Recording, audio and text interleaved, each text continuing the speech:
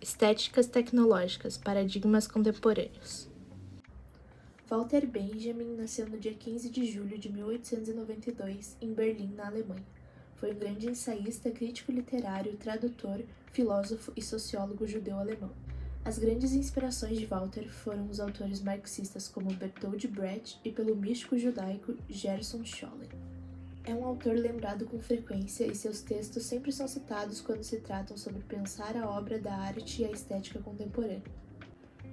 Suas obras mais conhecidas foram a obra de arte na sua reprodutibilidade técnica, tese sobre o conceito de história, pequena história da fotografia e a monumental e inacabada Paris, capital do século XIX, enquanto a tarefa do tradutor constitui referência incontornável dos estudos literários.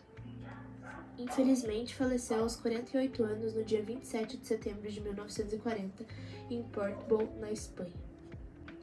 O filósofo não enxerga a história da arte apenas como uma história dos conceitos estéticos. Ele acentua a importância dos meios técnicos que permitem colocar esses conceitos em uso. As técnicas, de acordo com ele, provocam percepções e processos cognitivos que são os grandes motores das grandes transformações de estética. Assim é a sua descrição sobre o cinema. O filme não é somente uma nova forma de percepção, diferente das produções anteriores, mas, através da técnica de montagem e reprodução, desencarrega um novo valor estético, a alma. Para compreender o status da estética contemporânea em relação às novas tecnologias e meios de comunicação digital, é necessário analisar a estética em conjunto com a técnica, explorando a interconexão entre ambas. Estética da forma e técnicas de visualização. O tema relacionado à estética da forma e técnicas de visualização discute a natureza estética como disciplina filosófica, enfatizando que não se limita ao estudo do belo e da arte. Sua originalidade reside em conectar o estudo estético a uma forma de experiência que não é adquirida por meio do conhecimento intelectual, mas sim pela sensibilidade. O termo estética deriva do grego aesthesis, que significa aquilo que é sensível e relacionado aos sentidos. Embora o termo estética tenha surgido no campo filosófico no século XVIII com Alexander Baumgarten, as questões sobre o belo, a arte e a sensibilidade tiveram origem no mundo grego com Platão e Aristóteles.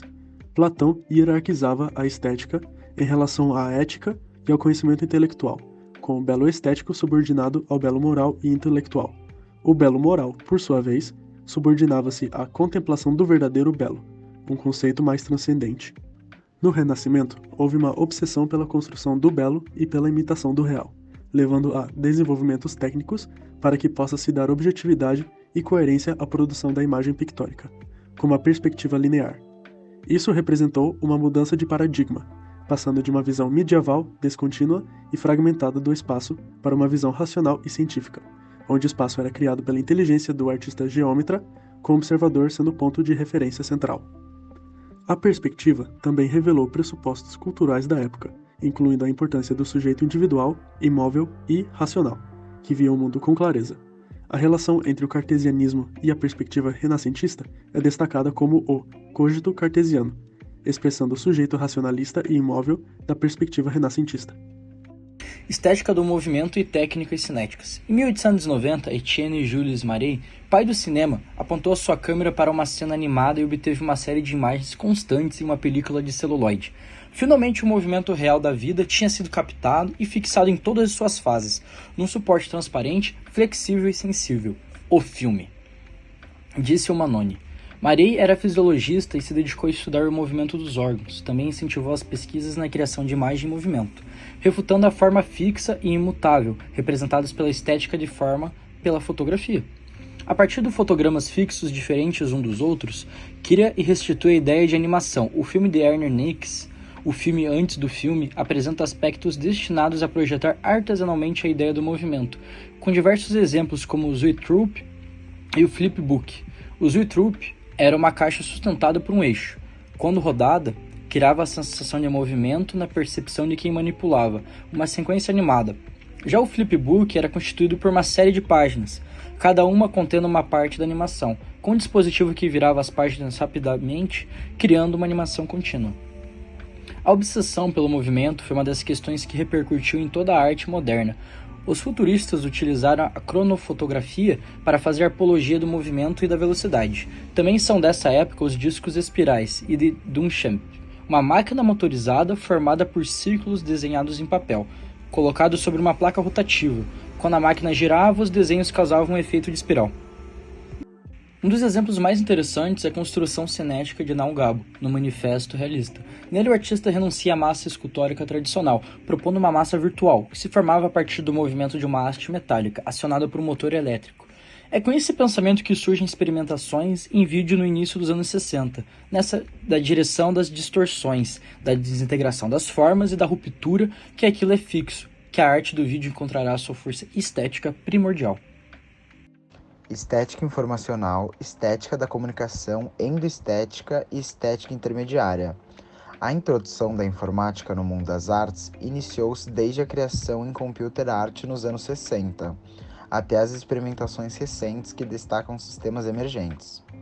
Inicialmente, a estética informacional de Abraham Moles e Max Banks buscam definir a arte em termos de informação estéticas mensuráveis matematicamente. No entanto, essa abordagem não considerou as informações e fluxos de informação entre a obra e o espectador. Marshall McLuhan mudou o foco da estética da forma para a filosofia da mídia, distinguindo entre meios quentes e meios frios de percepção. Mário Costa e Fred Forrest estabeleceram as bases da estética da comunicação nos anos 80, que enfatiza a comunicação como meio para construir redes de diálogo e participação do público, em vez de privilegiar a obra de arte acabada e única. Com a expansão das práticas artísticas em mídias digitais, surgiram novos conceitos estéticos, como a tecnoética de Roy Ascott e a estética intermediária de Philip Quah, e a endoestética de Claudio Giannetti, que se concentram no contexto e na situação em vez do objeto e da forma. Estética do fluxo e as tecnologias da informação. A sociedade atual é marcada pelos fluxos de informação e inovações tecnológicas. As tecnologias de informação vêm provocando alterações no trabalho, na economia, na cultura e na relação do tempo e do espaço. Diferente do espaço renascentista, o espaço de fluxo usa uma expressão de Castells. Nesse sentido, ele destaca a ideia de que o espaço de fluxo desafia a concepção do lugar e proximidade física, introduzindo noções como a onipresença, que é inerente à lógica dos fluxos de informação. Por outro lado, a rápida evolução tecnológica destaca a instantaneidade do tempo presente. Essa noção de tempo parece se enquadrar em uma visão linear, irreversível, mensurável e previsível do tempo. Já como diz Baum, as certezas em um mundo fluxo parecem instaurar uma realidade flutuante, em que nada parece sólido. Neste contexto, os conceitos se misturam. Como Benjamin assinalou, o cinema teve as possibilidades de nos mostrar os traumas que ocorreram na sua época, as tecnologias informativas, as técnicas de telepresença e a mescla entre os espaços físicos e virtuais têm a possibilidade de colocar em cena o mundo contemporâneo. A estética do fluxo na arte contemporânea se baseia nos meios tecnológicos e destaca a fluidez e a interatividade presente na sociedade midiática atual. Essa abordagem valoriza a constante transformação e a interconexão entre diferentes formas de mídia, desafiando as concepções tradicionais de obras de arte estáticas. Além disso, ressalta como o sujeito em constante movimento influencia ativamente a experiência artística, muitas vezes participando em propostas coletivas, como é exemplificado no jogo Can You See Me Now, do Blue Bass Theory, onde participantes em uma cidade interagem usando dispositivos com GPS. Isso evidencia a dinâmica, interatividade e a constante mobilidade presentes na arte contemporânea, rompendo com ideias convencionais de estabilidade e singularidade na experiência estética.